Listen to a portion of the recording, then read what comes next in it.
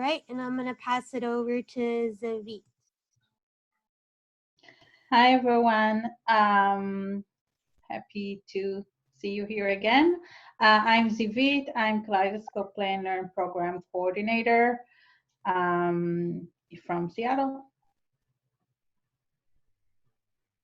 Hi, this is Kimberly. I'm a Family Engagement Specialist on the Kaleidoscope Play and Learn team, and I'm happy to see you all here today.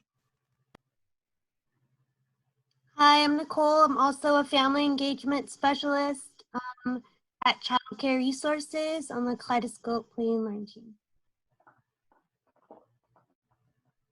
Hi everyone, my name is Zainab and I'm the Admin Data Specialist. And welcome.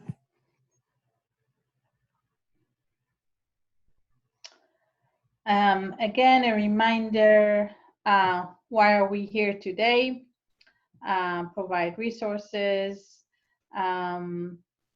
support and connect all facilitators or coordinators from different KPL affiliates, share info and updates both on COVID-19 and on KPL groups and whatever is relevant. Continue to build community, and of course at the end we'll have some time for discussion. The agenda for today, we'll go over the objectives. There are a few COVID-19 updates and KPL group updates. And today, Kim and Nicole will explore again the virtual KPL platforms, and we'll show, we'll walk you through some of the processes, how to open a Facebook group or other virtual platforms. We'll have some activity ideas and resources, and again at the end we will leave some time to share.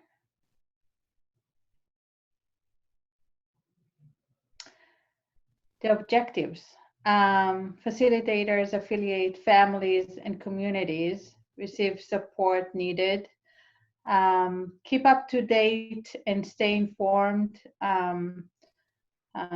We are trying to give you some relevant resources and up-to-date resources so you can take it to your families that you're supporting.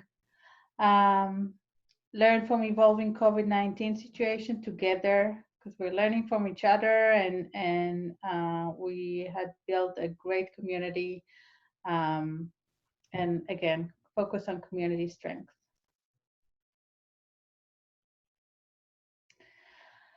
So I want to again remind you about the Child Care of Washington Family Center, and this is the phone number. If you or the family that you're supporting have any questions regarding childcare subsidies, or other support that you need around childcare, so please contact our call center. This is the number. And I want to remind everybody about the testing site in Seattle that is now available for people without a medical provider. We shared the flyer last week. We can share it again. This site is open on Wednesdays and Saturdays from 10 to 3, and is open to walk up and drive up. And we have the flyers in, I think, 6 other languages, so you can share it with your families. And I would like to share again the link to the Somali Health Board webinar on Ramadan during the pandemic. A lot of great resources. It's a webinar with leading stakeholders in this community, and I think it's very informative, and if you can share it that would be great.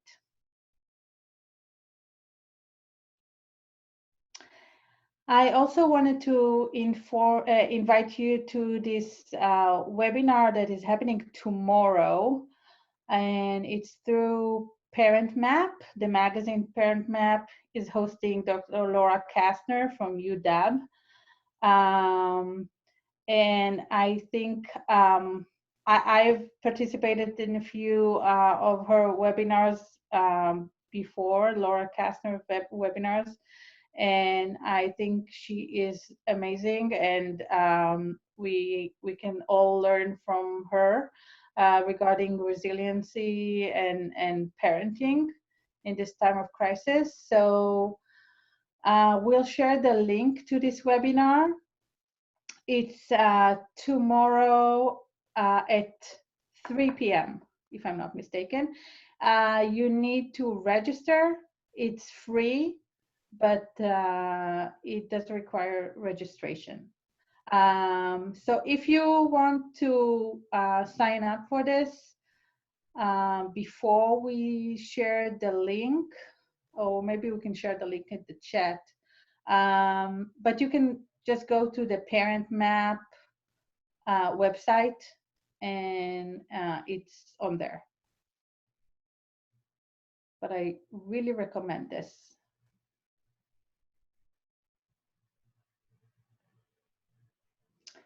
That's another resource from UW, from the University of Washington, that they shared. I find it really helpful, just a few steps that you can take toward resiliency, and in this time, complicated time. This is something, I don't know if it exists in other languages, but this is something that you can share with families. This is really simple steps, only 4 steps, but could make a difference.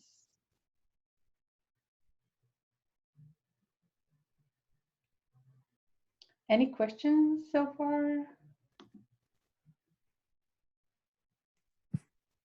Yes, they want to know if you could share the link.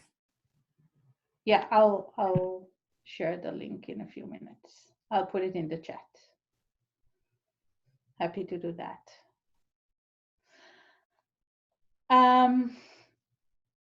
If there's no other questions, I would love to go ahead and open a discussion about the caregiver survey. I'm sure you're all familiar with this process that we're doing every year in the KPL groups. This is a short survey that we give to all caregivers, and we are collecting the data and processing it, and we issue a really nice document at the end of each year that shows our impact. And we are now trying to figure out how do we keep evaluating the KPL impact in this special time and different time. Of course, since we are not seeing the caregivers face to face, it would be hard to give them the paper with the evaluation, with the surveys, for them to fill it up. So we are now, the whole team is trying to think of some alternatives. And I wanted to share with you what we are, the thoughts that we have right now, and I would love to get some feedback, because of course we would need your collaboration with that. So I want to say again how important it is to get this survey back and this data, so we can process it and show funders and just get ourselves some impact, some feedback on the impact that the program has. So I think it is important for us in CCR and for all our affiliates to show how are we doing and what is the impact in the community. So again, the process this year will be different than usually. And what we thought about in the team is that this year we will focus on quality more than quantity, and we won't be able to reach as many caregivers as we usually reach. But we would, and we would not, we were not going to use forms, survey forms as we usually do, but instead we will focus on interviews of families and maybe a few focus groups.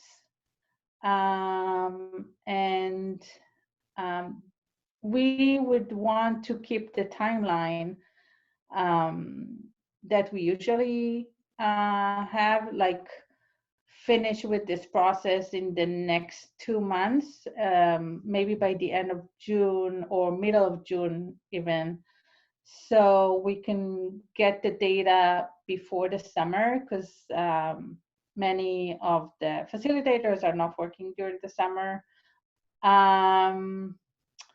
We will probably offer the families that are participating, we would probably offer them some kind of incentive.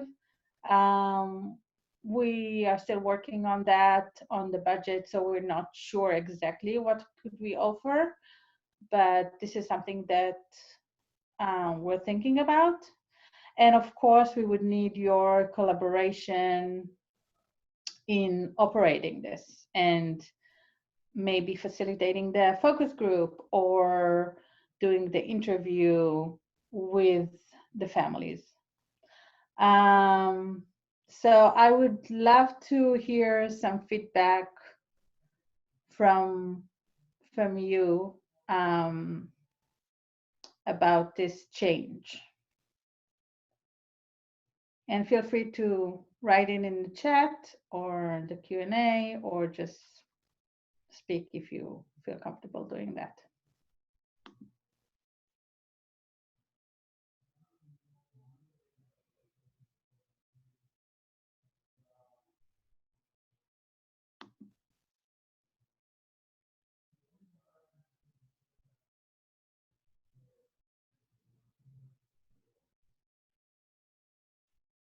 Do you have any questions about the process?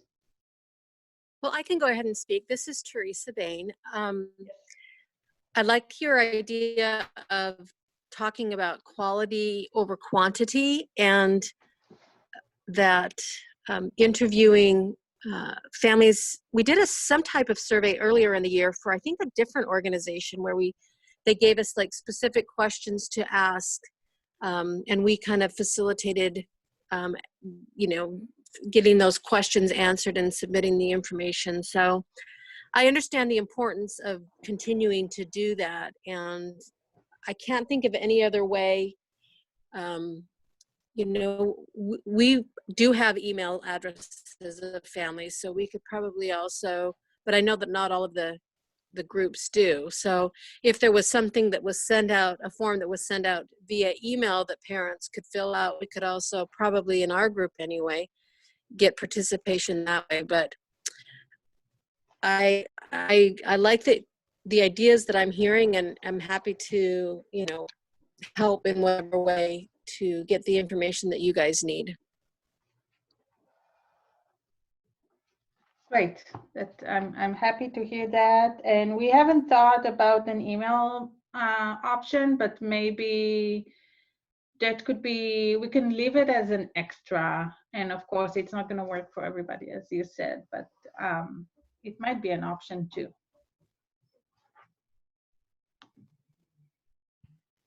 We have a comment saying, I worry it is asking more from families, taking rather than giving. for those of us not holding virtual groups. Fabulous, but older kids are so busy right now with homeschooling, work, etc.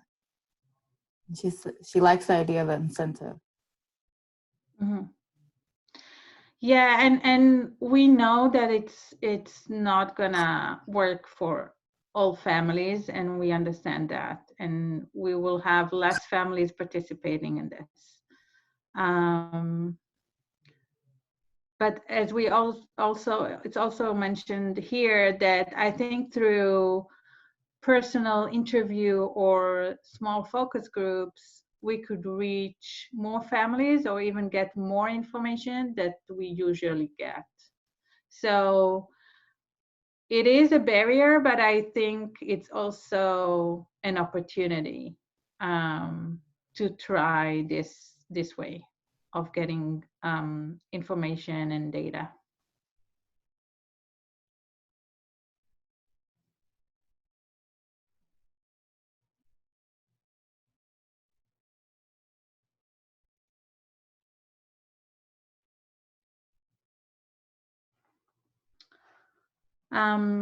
If you have any questions about it or feedback that you want to share after this webinar, please email me or the other team members and share it with us. We'll be happy to answer any questions. And again, it's a process and we're working on it. I don't think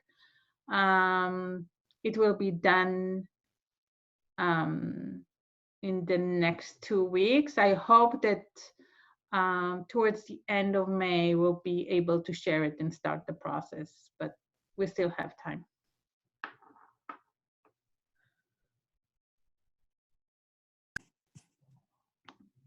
Hey, hi everyone, Zainab.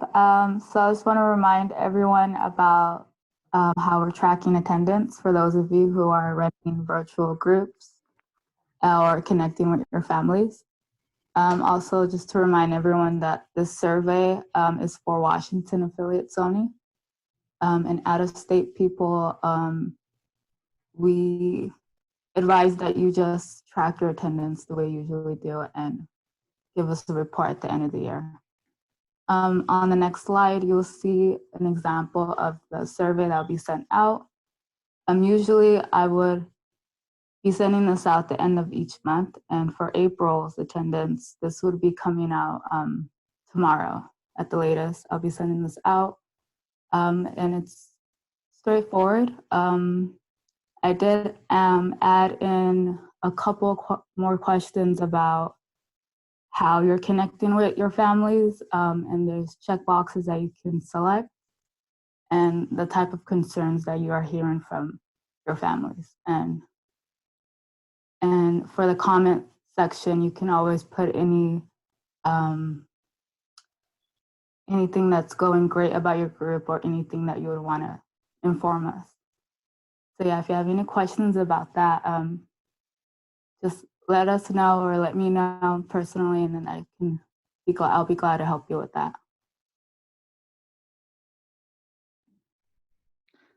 Zainab, I just want to add for out-of-state groups that we are happy to share this link, and they are welcome to use this form. But again, reporting is to their local coordinator, KPL coordinator. Okay, thank you, Sibi. Someone had a question when this survey is due, and I will have that information in the email that is coming out.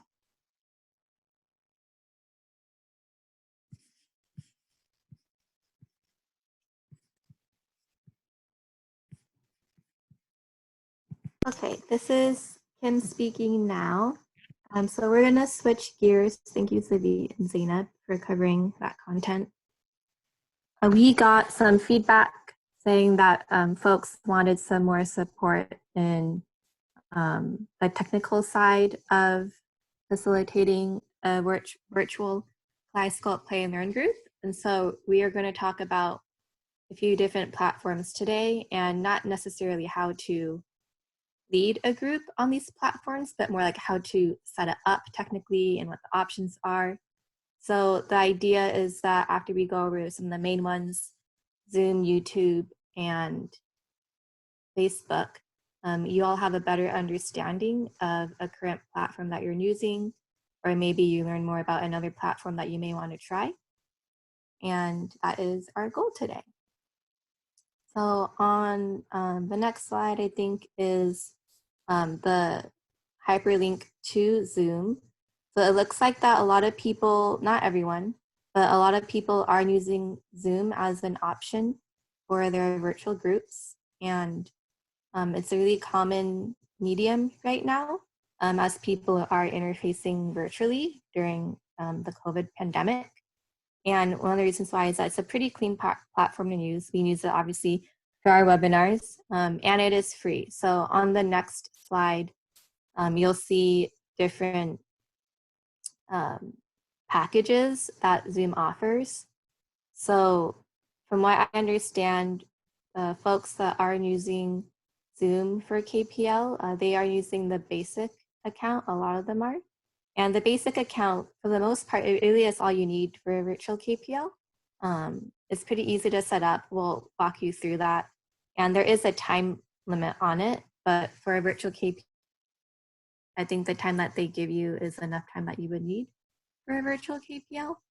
For those of you who are working within organizations that already have Zoom accounts or have the funding to purchase a more expansive Zoom option, or maybe your funders are looking to support you financially in this, there are other options too. There are pro business and enterprise accounts as well. And those are, you pay per month for that. So what I'm going to do right now is I'm just going to screen share and just walk you all through on how to set up a free Zoom account and then how to make a meeting. So for example, one meeting would be like one virtual KPL session, and then how to start that meeting. And so you can see what it looks like, because it does look slightly different when you're hosting the Zoom versus when you're participating in the Zoom. And yeah, so that's what we're gonna do right now. So I'm gonna screen share.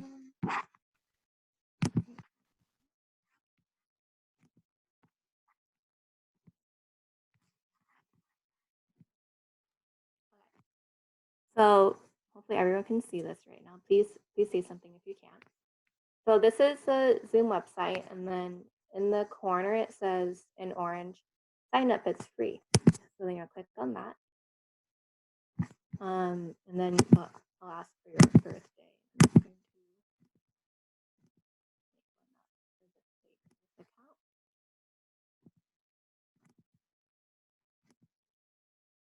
And I'll ask for your email, and I'm going to use KPL email. And you'll hit sign up. And then it'll send it to your email account. So you'll check your email. And then it'll ask you to activate the account. So you'll click on that link. So we're not signing up on behalf of the school, so we'll click no.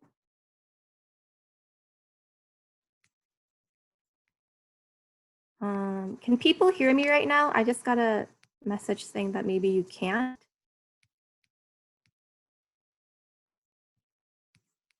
Let's see. Yeah, we can hear you now, Kim. It's better. I don't know. I didn't do anything. Okay, that's strange. It may be my internet connection, but you can see the website, right? Yes, it's showing. Okay, good. What I'm saying is just what you're seeing on the screen. So you haven't missed anything if you haven't been able to hear me. Okay, so then once you do that little sign up that I just showed you, and they email you the link to activate your account, and then they'll bring you back to this page, and you'll just have to set up a password. So I'm going to say my password, Kaleidoscope.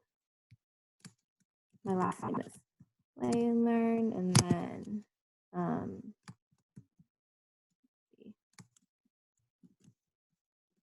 and you'll make a password.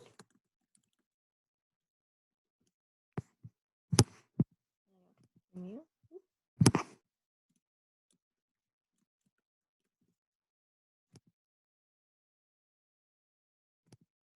Oh no. One more time.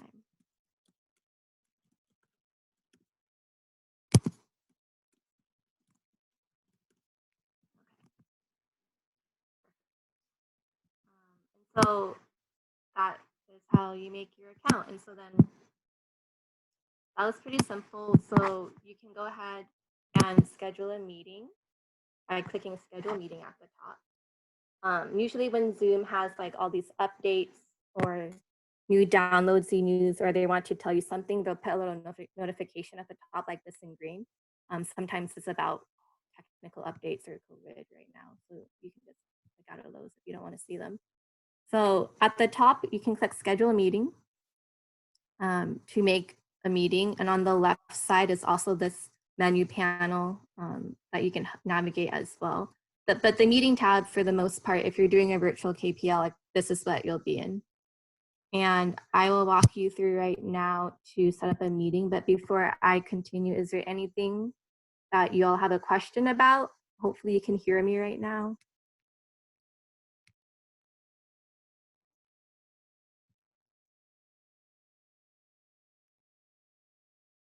Okay, so if no one has questions, then we'll just continue.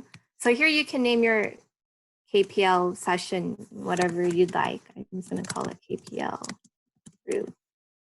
And then if you want to put a description describing your virtual KPL, you can do that here. And it could be anything you want. It could be describing maybe the topic you'll be talking about that week. Maybe if you have like a loose agenda or like some activities or songs you'll go over during the Zoom, you can talk about that in your description.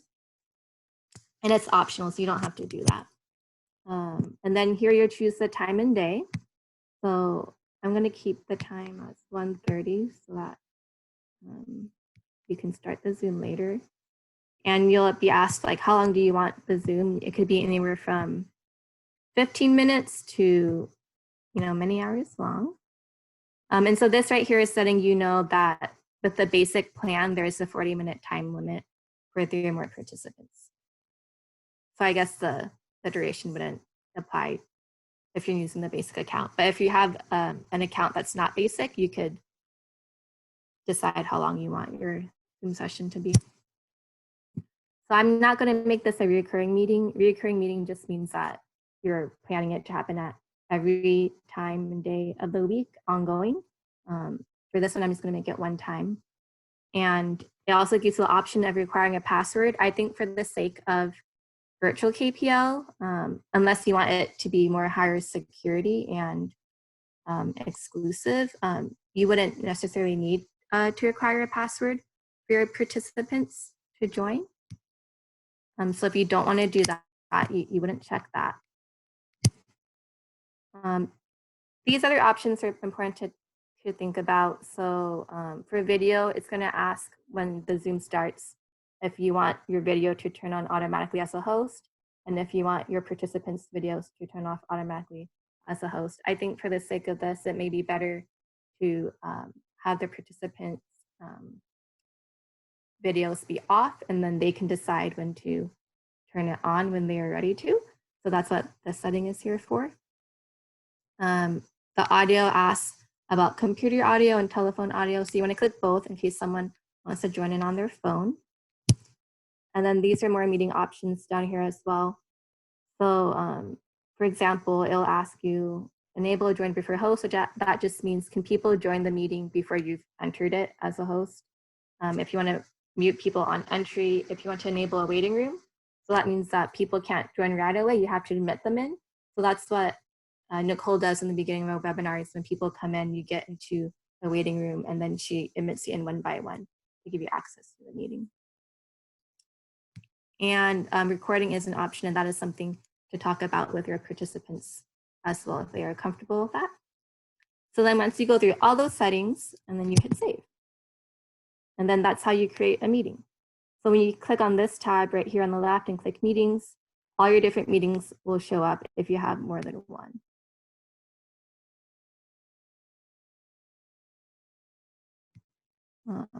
And then, so once you have done that, you can click start meeting. Let's say if your KPL session starts at 1 o'clock, you could do this a few minutes before to log in before everyone else. And it's not letting me. Yeah, I'm wondering if it's not going to allow you because I'm in a current Zoom. Even though you're using a different account. Yeah, that's probably it. Okay. That's okay.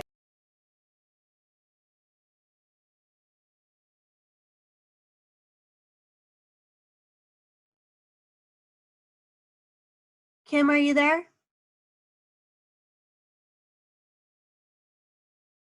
Oh. Kim? Oh, I may have lost her. I will go ahead and go back to the PowerPoint and send her a message to make sure she's on her way back.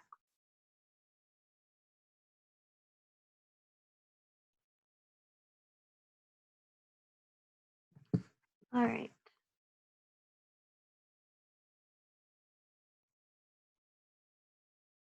Do y'all have any questions on Zoom? Oh, I think she might be back. Is that you, Kim?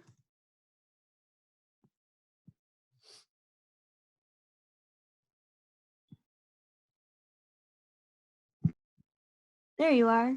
Hi, sorry about that. Okay, that's the challenge of having two Zooms up at one time. Okay, I thought I closed the webinar for a second. Where I was like, oh my gosh, I just canceled the webinar. Okay, so before I got logged off, I was just going to say that once you open the meeting, it looks very similar to what it looks like when you're a participant. And Nicole, I think the screen share is on yours right now, but I'm not a panelist right now, so I can't screen share at the moment. Okay. Let me fix we make you co-host so you're able to finish screen sharing. Okay, now you're co-host.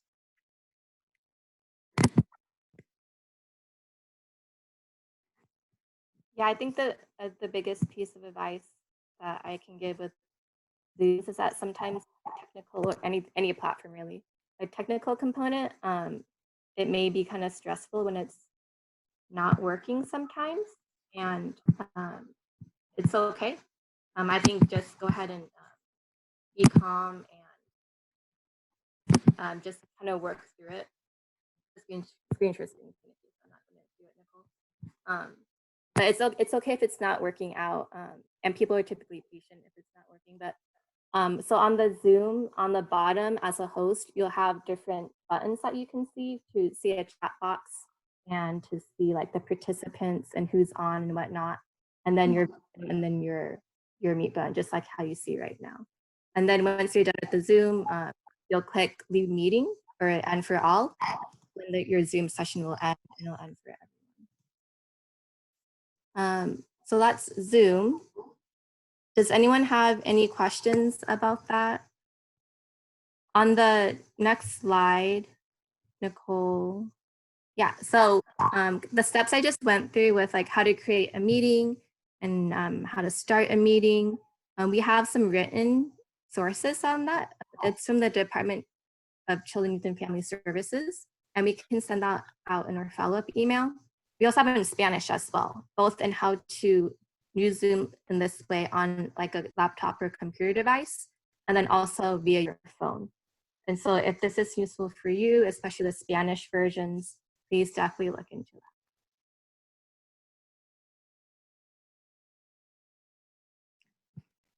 We had a question if you could lock the meeting. You lock the meeting.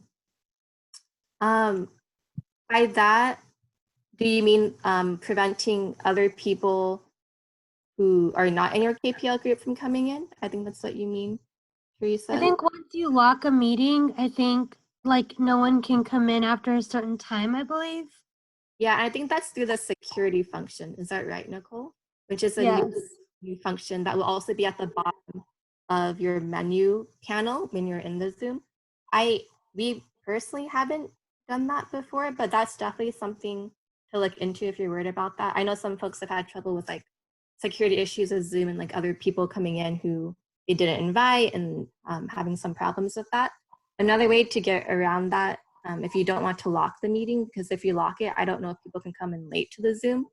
Like if you lock it like at 1:10, if people who want to log in at 1:15 can come in, but you can consider just requiring a password, and that would make it more higher security. And that's easy to do. It's just checking the box in the steps when you make the meeting. And then the password is typically emailed to the participant that they can use to access the Zoom. These are good questions to think about because these are wonderful platforms. Also, they're not perfect. So sometimes privacy and security online is definitely something that people have trouble with. Kim, I wanted to mention one thing, and that is you went over all the settings for like creating a meeting for a group, but I was also just kind of thinking about how there's settings in general in Zoom that will affect all the meetings, which is a little bit deeper, just so y'all know that it's there. That's another separate area where there's other options and just small things like making a sound when people come in so you know to let them in if they're in the waiting room, and there might even be some more security features in there as well. So just to let everyone know about that too. Yeah, there are lots of features that if you want to learn more about, because you're serious about using Zoom, you want practice, let Nicole and I know, because we can set up a practice session with you before you live or virtual with your group. Even just understanding like the chat box and how to download the chat and just how to use the smaller functions. It can be kind of overwhelming if you haven't practiced it. And then also regularly Zoom makes updates. And so when you figure out how to learn one way to do it or get used to the placement and the setting, the next week it may be changed a little bit because of an update they made. So just know that we're here to support you if you need it. And then if you don't have any more questions about Zoom, Nicole will move along with the next one. Thank you, Kim. Okay, we're gonna talk a little bit about Facebook. We'll go over Facebook Live, what groups are, pages, and the Messenger app. If at any time y'all have any questions or actually just anything that maybe I'm not mentioning, please feel free to chime in. I don't have a Facebook and I haven't used it in a while. And also to that note, I wanted to mention I tried to create a mock Facebook account so I could walk y'all through everything, but to my surprise, excuse me, after many attempts, I was not able to create one because it now requires you to have a cell phone. Previously, there was a way to bypass this, but now they will not let you move forward unless you have a cell phone, because they require a code that's sent to your cell phone to verify who you are, and they also do this with email. So I'm going to do my best to kind of walk you through some of it. So this is the page that you will see in the beginning when you're trying to open an account. You're required to have all this information filled out before moving forward. It will require a cell phone number for the code and also an email address. They also have rules about names. So if you're having difficulty, please read the guidelines if you're not wanting to use your name or you're trying to use an organization for the profile. I tried to use Kaleidoscope as my first name, and Play and Learn as my last name, and it would not accept that. I think I ended up with Kale Play, but I actually wasn't able to continue moving forward due to needing a cell phone. And so, yeah, and then once you create a profile, you are able to create a page or have groups. Note that you must have a profile, a basic profile to be able to create a page or a group. And so we're just going to go over these real quickly. So a profile is a place on Facebook where you can share information about yourself. And a page is a profile to help, like if you have an organization or a business, you would do a page. Groups are groups that you can do off of your profile as well, so that you can create a little community of your KPL group, or if there's other groups that you want to create, because you might have an organization that wants to create mini groups for different subjects. That can also be done. And then I wanted to show this quick video about privacy settings for these three. So let me do a quick share, a new share.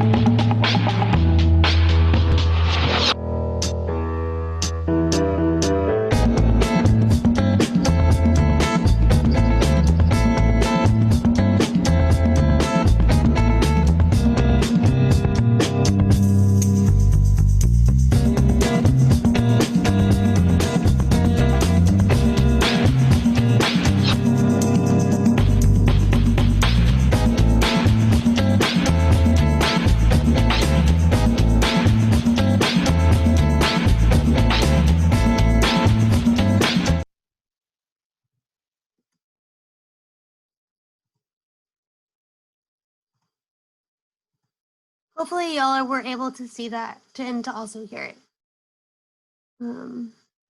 Does anyone have any questions or comments?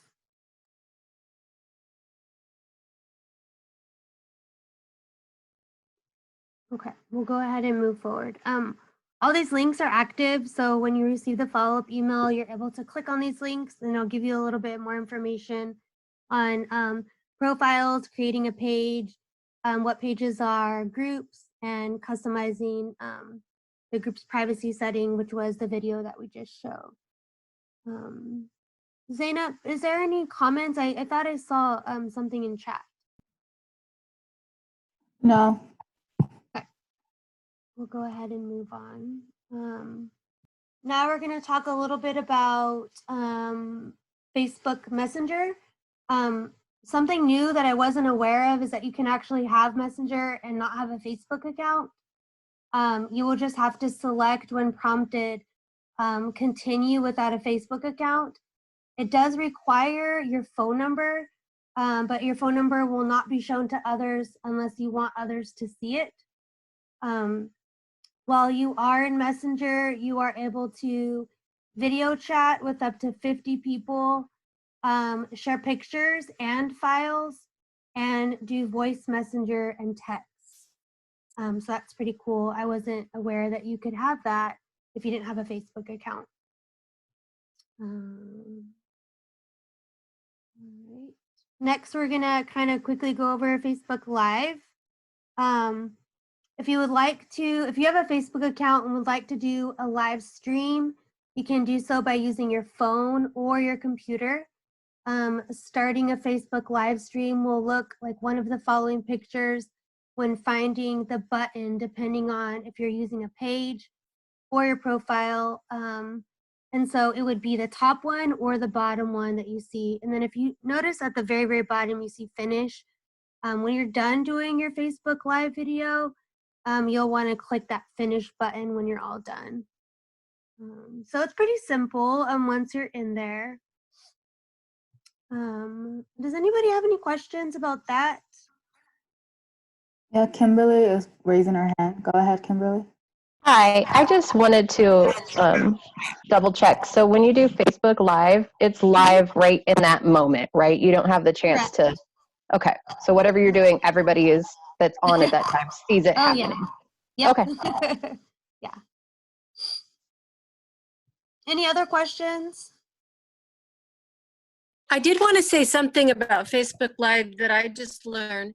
Sure. That when you're finished, you can save the video, which is what we've done. So you can save the video, and like we have all of our circle times saved, and you can also trim your video. So because what I found I was doing is like the first, I don't know, like 10 or 15 seconds, I look very awkward as I'm kind of just settling in. And Right. so after it's been saved, then you can go in and trim that part so that it starts right where you want it to start, or if it goes on too long, you can trim the end of it. So there are a few things that you can do to kind of polish it up a little bit if you intend to save it. Oh, that's great. I didn't know that you were able to save the live Facebook Live. So that's a really good tip. Thank you. And then also just knowing that you can trim the video is really helpful. Does that mean you repost it then? After people have seen it once live and then you edit it and repost it? No, when you finish, when you click the finish button, it gives you an option of saving it. You can save it or delete it. So you don't have to make it, or it doesn't necessarily have to happen live, like in front of people. No, right like in if that moment. you did Okay. it at midnight, for example, and then you saved it, it'll be there just whenever people look at it.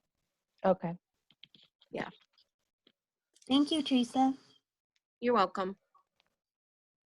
I thought I saw another hand go up, Zainab. Was that Lorena? Yeah, Lorena. Go ahead. Hi, Lorena.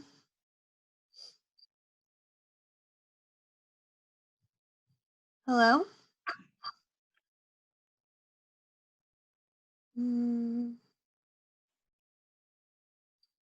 Let me make sure she's unmuted. Teachers office hours for first grade. Lorena? So I'm going to go into my Google Classroom and I'm going to click on first. Oh, okay. Maybe there wasn't a question there. Any other questions? Yeah, there was a comment that you say that you don't need a Facebook account to do Messenger or live video. Okay, I didn't know that you didn't need one to do live video either. That's really great. No, I think they're asking if you said that you don't need a Facebook. I think, okay, so Messenger, you do not have to have a Facebook account. My understanding is that you need a Facebook account to be able to do Facebook Live because you're doing it from your page or your profile. And another question saying, are live video and watch party the same? I do not know what watch party is. I've actually not heard of that. I'm not sure. Does anyone know what watch party is on here? I think watch I party don't think it's just you maybe viewing something, but then inviting other people to watch it with you. Oh, okay. Yeah. Okay. Oh, that's neat. Thank you. I didn't know what that was. I see two other hands being raised, but I don't know who they are, Zainab. We have Kimberly and then Marilyn. Go ahead, Marilyn. I just wanted to say about Facebook Live, which has been kind of fun because I've been using it, although it takes a while to get good at it. But if I always ask the participants that come on to send me a little message that they're there, and then when I do my hello song, I can sing to the kids that are watching, and they go, "How does she know I'm here?" And it's been kind of fun to do it like that. So anyway, but I had to There's a lot of people that don't send me a message, so I don't, I don't know exactly who's on unless they do. Thank you. That does sound like fun when you do something live. You're there with them and they're seeing you, it's happening right now. So that's really nice. We had a question come in saying, how do KPL groups decide what format, page, or group to use? What are the benefits of using either one? It's really preference and it's really up to your organization. Pages are more for if you just want a KPL page to share information to participants. It's really just up to you and your organization. Some organizations just have a page for everything that they do, and so they've chosen just to use that also for KPL. So it's really it's really preference. There's not one really that's better than the other. I really like groups because you can, if you do have a page, you can create a private group so that you just have the participants viewing things that are your participants and not strangers or people that you don't know. Yeah, so it's really just preference.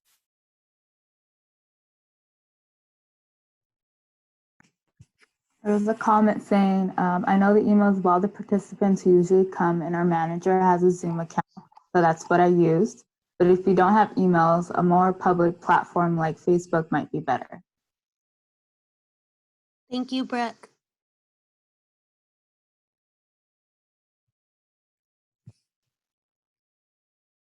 Any other questions or comments?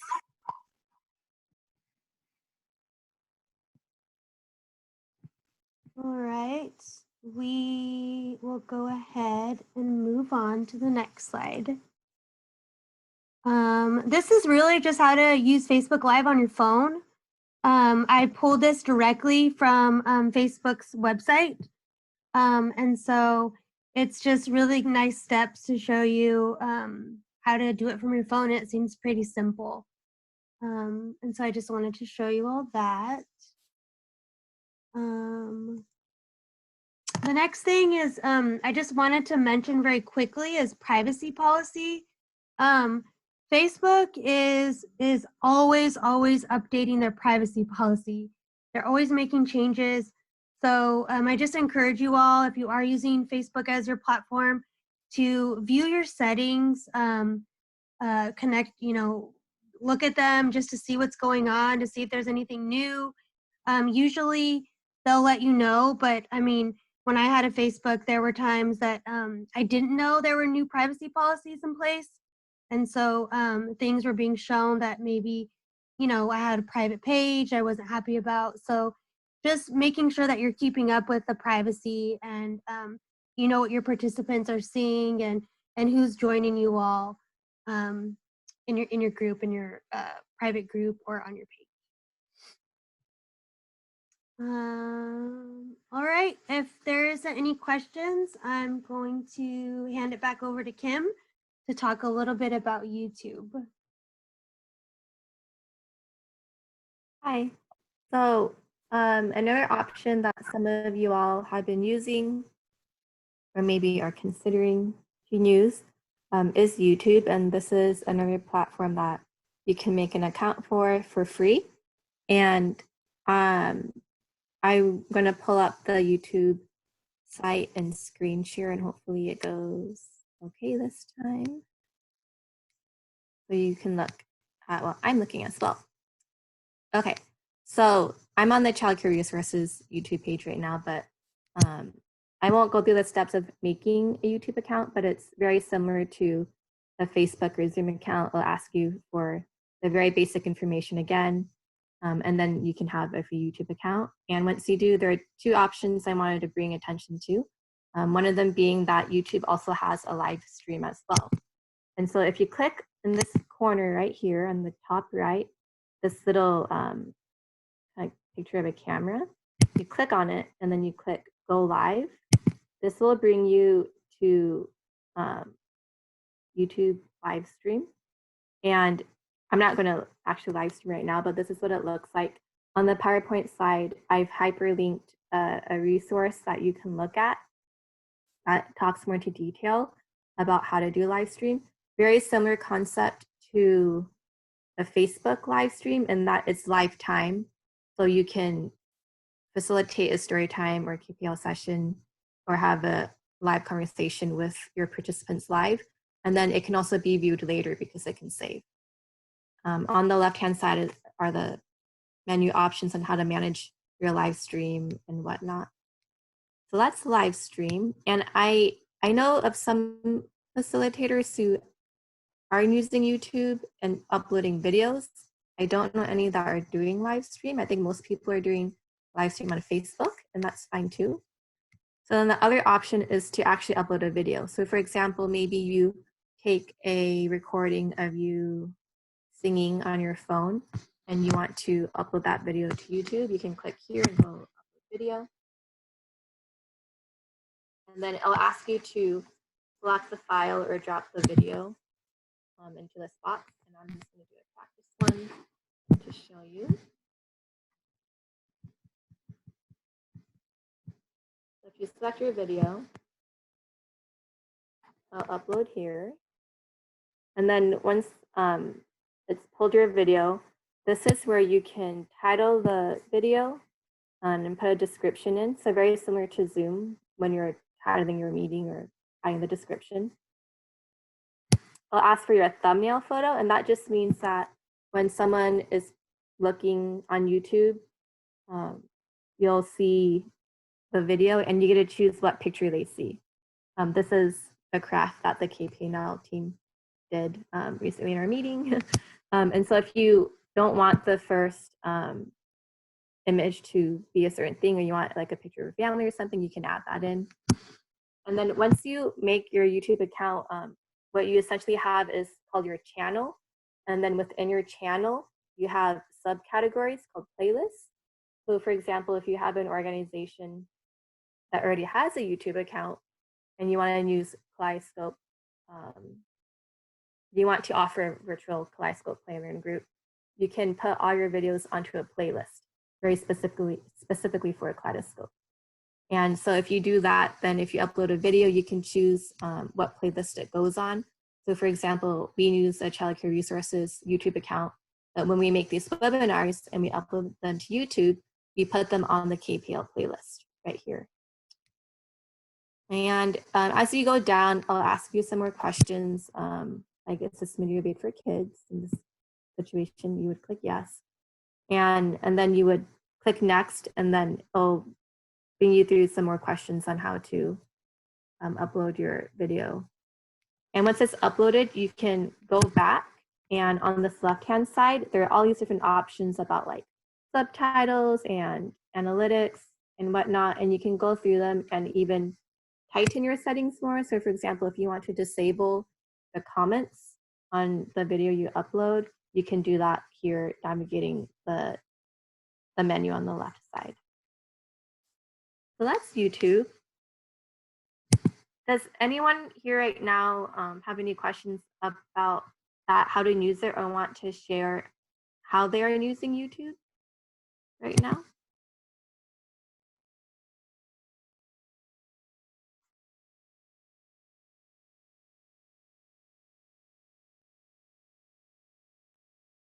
Zainab, do we have any questions or comments?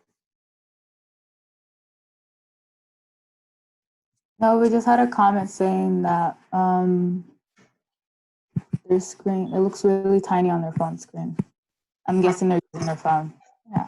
Yeah, but, we will have this recording on YouTube. We're going to go through the same process that I just showed you, like we do every week with all our webinars. So you can definitely watch this video at any time on a larger screen, if that's helpful to you.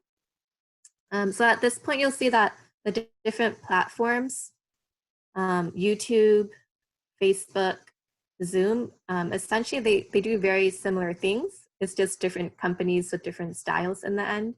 And I know someone had asked about like, well, which one is better or which one may fit participants better. Is that definitely just preference, as Nicole said. I think the main difference is that YouTube and Facebook are definitely free. Zoom is free, but the basic account is free and you have a time limit. And then I would also say that most people, in terms of these platforms, most people are already using maybe some form of Facebook, whether that be a profile or a messenger app. I don't think people frequent YouTube and Zoom as regularly. Zoom is a way to video chat, not necessarily to social network like YouTube and Facebook is. And so I think that most people are using Facebook right now in some capacity, but just because a lot of people are using that, that doesn't mean that you shouldn't use Zoom or YouTube if that works better for you. I would say another large difference is that with YouTube and Facebook, we'll talk about this in a second, those items are uploaded for people to see and view, and you will need to monitor that. With Zoom, once you create a meeting and have a session and that session ends, it's gone, it's done. People can't necessarily go back into Zoom and view that recording again. It happens and then it happens in lifetime and it's completed. Whereas Facebook and YouTube is kind of this ongoing thing where there are posts and videos and people comment, and it's a different type of work that's added to that option and Zoom. And I think we have a few hands raised. Yes, Connie's raising her hand. Go ahead, Connie.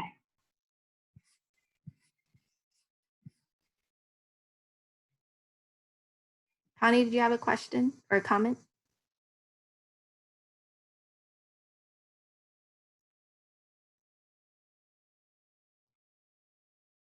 Sometimes people accidentally click the hand raise button, so maybe that just happened. Oh, Connie is not able to talk. That's strange. Maybe. Let me check. Let me take a look real quick to make sure that. So another nuance is that sometimes people aren't able to talk because for whatever reason, our Zoom account is updated in a certain way and we have a different account. And if someone else is using a Zoom that's not updated, sometimes they don't sync perfectly. And so then sometimes the participant can't talk. So there are all these little nuances with these technical platforms that may not work perfectly, and you just kind of have to roll with the punches and figure it out as you go. Connie, can you talk now? I think she should be able to now. Or maybe not. It wouldn't let me unmute her for some reason, and then it did, and it immediately went back to right now she's unmuted, but it keeps kind of flipping back and forth. So I think it's all right, Connie. If you want, Connie, you can go ahead and just type up what you want to say, and then Zainab could read it to us. So go ahead and take your time with that, and we'll loop back to you. I think there are 3 hands that were raised, though. I saw. Was there anyone else that wanted to speak? I think they're on accident. Oh, okay. Okay. Well, while Connie is typing her comment up, we can go to the next slide. Okay, so we just wanted to also acknowledge that we kind of cherry picked some of the 3 main platforms that we know a lot of affiliates are using right now. But there are many, many other options. And if there is something else that works better for your group or that you're curious about, we definitely encourage you to move forward in that direction. For example, we know some folks are using WhatsApp and WeChat, which are apps that have very similar functions to a Facebook Messenger app and the other platforms we've talked about. You can send messages, videos, voice chats, and video call in those as well. There's also Skype. Skype is free and a very common form of video chatting. And then there are also Google Hangouts, which again, if you haven't used that, it's just a simple form of video chatting again. And if you have a Gmail account, that's all you need. You would just go to gmail.com, make an account, and invite people via your Google Hangouts, send people the link just like you would any other platform. So those are just other options if you're interested in looking into those.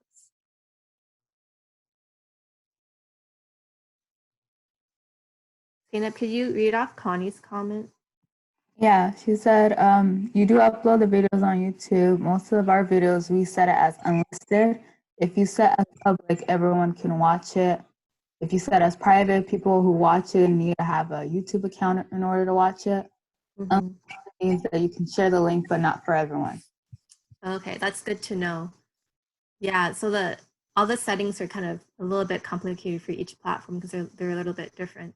So I guess if you're using YouTube and you are uploading a video, possibly think ahead about who you want accessing that video, and then adjusting the settings as needed for that. And also keeping in mind that these platforms, they update their settings and privacy settings as well. So if you choose to have it set one way one week and they do an update the next month, it may change. So that's another thing to think about, is that you need to be like kind of on top of those changes, because your privacy settings may be functioning one way, but maybe the next month, more of it may be accessible based on the changes that the company made. Usually the privacy settings, though, they contact you and email you about those changes, but I don't know if they always do. So that's just something to keep in mind. Yeah, she also mentioned to set the video as kid use, or Yes. it would have ad pop-ups that may not be age appropriate. Yes, perfect. Thank you. Okay, and so we just wanted to cover, again, we mentioned this one time when we were talking about platforms a few webinars ago, but it's really important that we all take care of ourselves and have a good, healthy work-life balance. And now that KPL has gone virtually, that has changed the dynamic of the facilitator's job. So definitely remember that you can definitely consider to keep your personal social media accounts, Facebook, YouTube, Skype accounts, and everything separate than your KPL ones. So we encourage you to make a separate one specifically for KPL and have your personal one for your own personal use, to separate that out. Sometimes it's just cleaner to do that. And then also, since now people are on virtual platforms for KPL, just know that you have the independence to adjust your settings in a way that you only get notifications, certain days of the week, or you don't get notifications on your phone. You get to like log in to see any updates. You can totally do that to what fits your needs. If people are commenting and questioning on your platform all day long throughout the week, that's totally fine. And it's okay to let participants know that you'll only be checking and responding like Monday through Friday, or like up until 5 p.m. or whatever it is. So just make sure you set those boundaries to have a healthy work environment. We don't want you to get too stressed about this. On the next page, I think it's my final slide. And well, yeah, it's maintenance. Okay, upkeep and maintenance. So I had just mentioned how with Zoom, there's less upkeep in that because it's just video chat meetings, and then the other platforms like YouTube and Facebook take a lot of maintenance to monitor and keep up with. And that takes time. So monitoring the posts and messages and comments, responding to questions and posting like all sorts of resources, that takes time, and that counts for your hours as a KPL facilitator, just like you would prep and plan and message and contact participants for an in-person KPL. So just know that that is part of your weekly hours that you put toward KPL.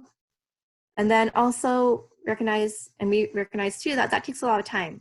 And during this COVID period, while we're all doing this, and as we transition back one day to in-person KPLs, you may or may not want to keep these virtual platforms going. Maybe you want to keep your Facebook group going, or like your YouTube account going. And that's totally fine. I think a couple of things you need to think about is if you and your organization has capacity to continue that and monitor it in a quality way, and if your participants want it and find it useful. Some groups may close their virtual platforms. Some people may continue it, and that's okay. But it's important to remember that that's going to be more work, especially if you didn't have one before, more work on the affiliate end and your end to upkeep it and maintain it, to make sure that it's being monitored and checked and updated regularly. Also know that the information that you put on there and access to the account, remember to share that with others in your organization, so that not all of it falls on one person with turnover in an organization. You want to make sure that those logins don't get lost, so that it can continue even if people leave your employee setting. Yeah, looks like we have a comment from someone. Yeah, Connie gave some suggestions for when you're first time setting up a Facebook account. You need a phone number to verify, but you can delete your phone number and change it back to your work email after the account. Oh, okay. You can change the setting on your profile. And also, she said, if you create a group on Facebook and you are not an administrator, you can't do live. There are different roles on Facebook groups, and they have restrictions on each role. Yes, exactly. So that's good to know, and to note all those details when you do create it, so that if it needs to be changed later on, you can make those adjustments. Thank you for that extra information. Okay, I think this wraps up our virtual platform discussion. And if no one else has any questions or comments and people feel good about the content we just went over, we're going to pivot to the next section.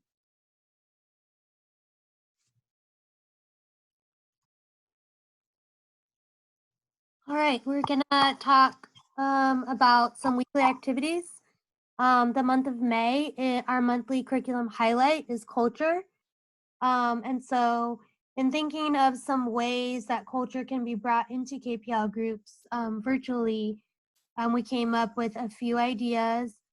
Caregivers can share music, recipes. Caregivers can be asked to bring a special item to group. Just as we talked before about just bringing something to the screen that everyone can see. Caregivers can lead a story that they enjoy reading to their child. Asking caregivers to share any special celebrations for the month with the group. And games that caregivers played as a child from their culture. And also just remembering to open this for all participants when thinking about culture and things that you want to bring into your KPL group.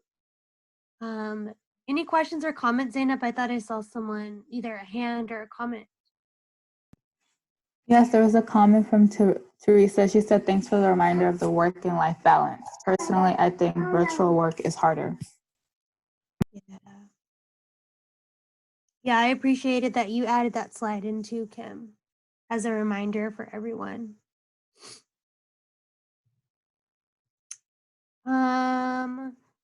This is what our activity idea sheet is going to look like for this week.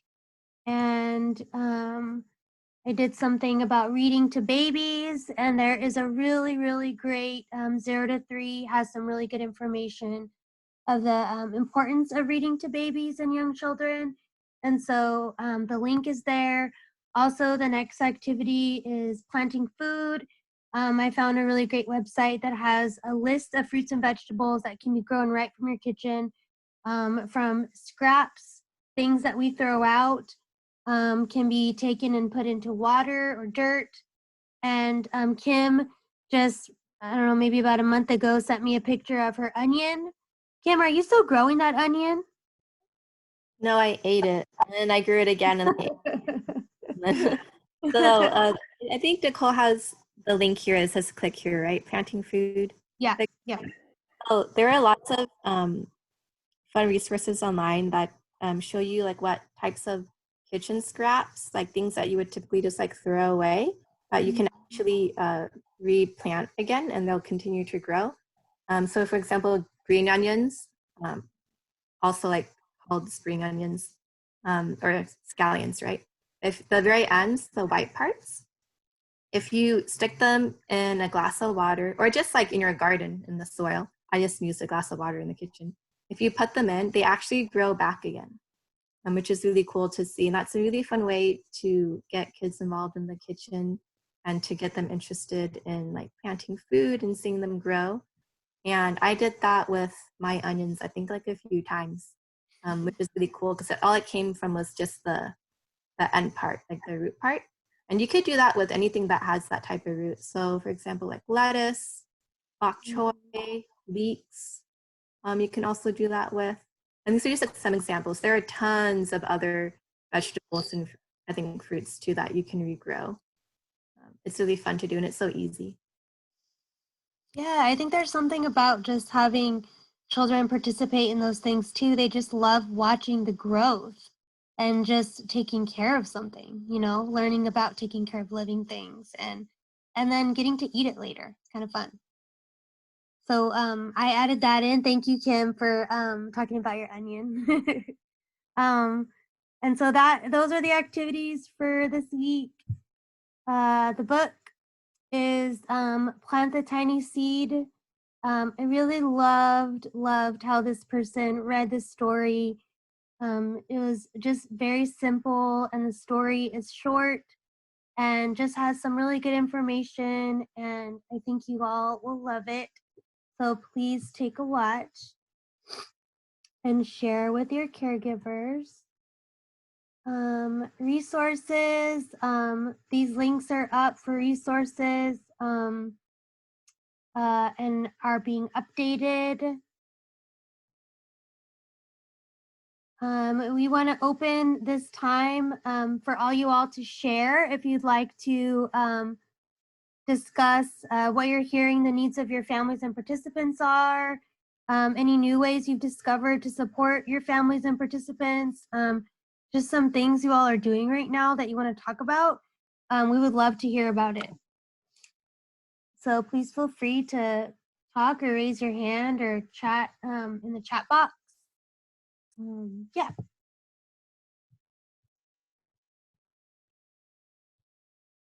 And if y'all had any questions about the content too, we're happy to answer questions right now as well.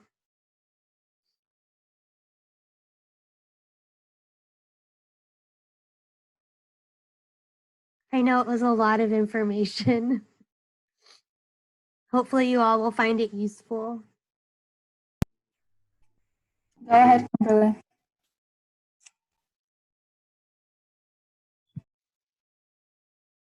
Can you say that again, Zainab? I didn't hear you. Oh, Kimberly was raising her hand, and I think she's trying to talk about, yeah. Oh, sure. Yes, Go ahead, Kimberly. I just wanted to ask if anyone had tried the social learning component of a Facebook page where you can kind of put units of curriculum up. I've been exploring it, but I haven't done it yet. So I just wondered if anybody else had done that. What's it called, Kimberly? It's called, when you create your Facebook page, you have the option of clicking a box that says social learning. Ooh. And yeah, and then it allows you to create units, and you can attach files to the units. It's like more like kind of what you would see in a college class a little bit. Oh, and it's wow. very intriguing, but I haven't seen anyone like use it for early learning. So I just wondered if anyone had tried or knew about it. But yeah, that's interesting. I wonder if that's brand new because of everything happening virtually right now. I think it is, along with Watch Party. I think those are Okay. the newer aspects. Yeah, has anyone used that on here or is familiar with it?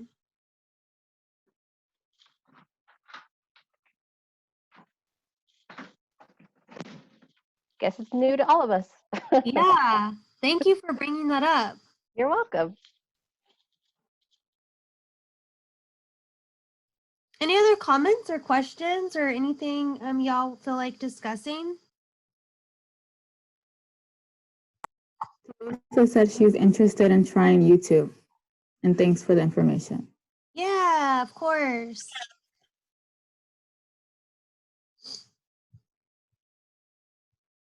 I see another comment.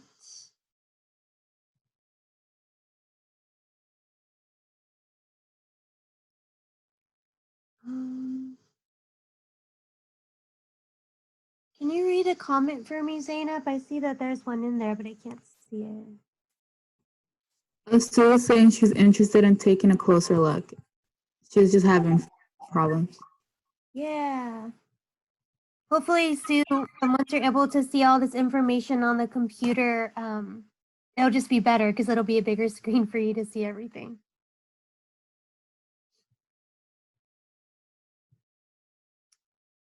All right, we're gonna move on to the next slide.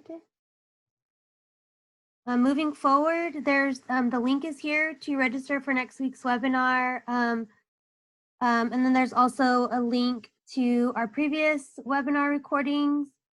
Again, if you did not receive the link for this week's webinar, please email me or one of us on the team to let us know. I did receive one email, which is a good sign because we've been receiving many more throughout the week. So hopefully that means Constant Contact is getting all the info out to you all. But please let us know if you're not receiving them. Also, I just wanted to add for next week, we're talking about more activity ideas for y'all and resources for activities, and then just discussion in general on how you all are doing.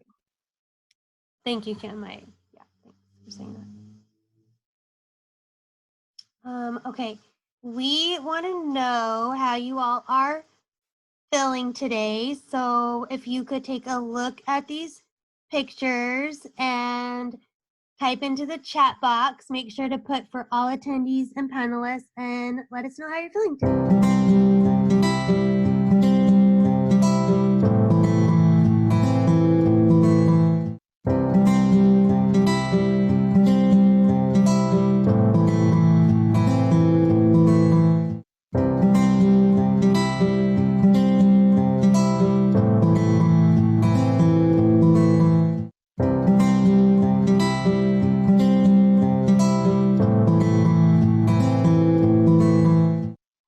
I just want to say my favorite one is number 1, even though it looks kind of grumpy.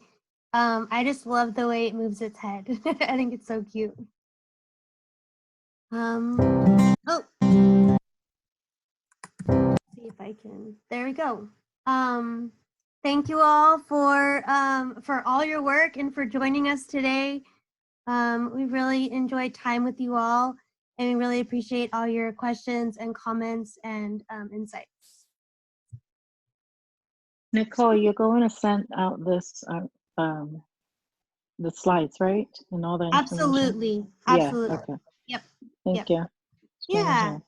Thanks, Janet. All right. Kim, Zavi, do you have anything left to say before we sign off? No, thank you everyone Thank you, everyone. for coming. Yeah. See you next See week. you next week.